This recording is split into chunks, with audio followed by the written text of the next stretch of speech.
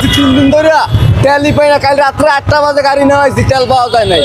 এমনি হইলে দেশ চলবে? এমনি কি দেশ চলে আপনাকে মনে হয়? আমার গাড়ি 2 দিন থাকছে, কালকে পাম্পের টা নিচে তেল নিয়ে তেল পাই না ভাই, কি করবো?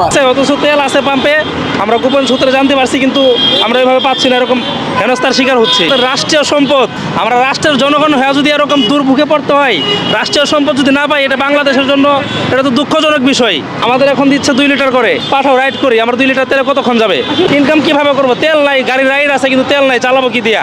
আমাদের জন্য তো পাঠাও ভাড়া আছে কিন্তু তেল নাই। আসার পরে আমরা 230 টাকার তেল দেয়, শুধু এর বেশি দিচ্ছে না। আর তেলের আসলে তো আমরা শুনছি যে সংকট নাই, এমনকি মন্ত্রী গতকালকে খবরও বলছে যে আমরা 2টা জাহাজ আরও ঢুকতেছে 9 তারিখের ভিতরে। দেন কি করবো আর, ওখানে হয়তো বাইক বাইর করতে মনে হয় আর কি। এই 2 লিটার আজকে দিন হয়তো মানে কোনো রকম কাবার করা যাবে আর কি। না, 2 লিটারে চলা যাবে না তো। এই ট্রিপ নাই, এর ভেতরে এই জ্যামজটের রাস্তায় 200 টাকার তেল দিয়ে আমাদের পোষায় না। অধিকাংশ পাম্প বন্ধ, কিন্তু যে 2 যে একটা খোলা আছে, তেল নিতে নিতে আমাদের সময় চলে যায়।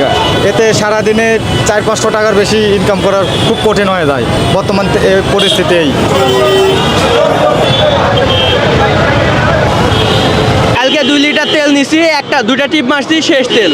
কালকে সারাদিন বন্ধ গাড়ি, এই যে এখন আসছি রাইড করি। শেয়ারিং প্রচুর আছে ভাই, কিন্তু পাচ্ছি না তো। না পাইলে তো আর মানে আমাদের ইনকাম হবে না, কিছুই হবে না।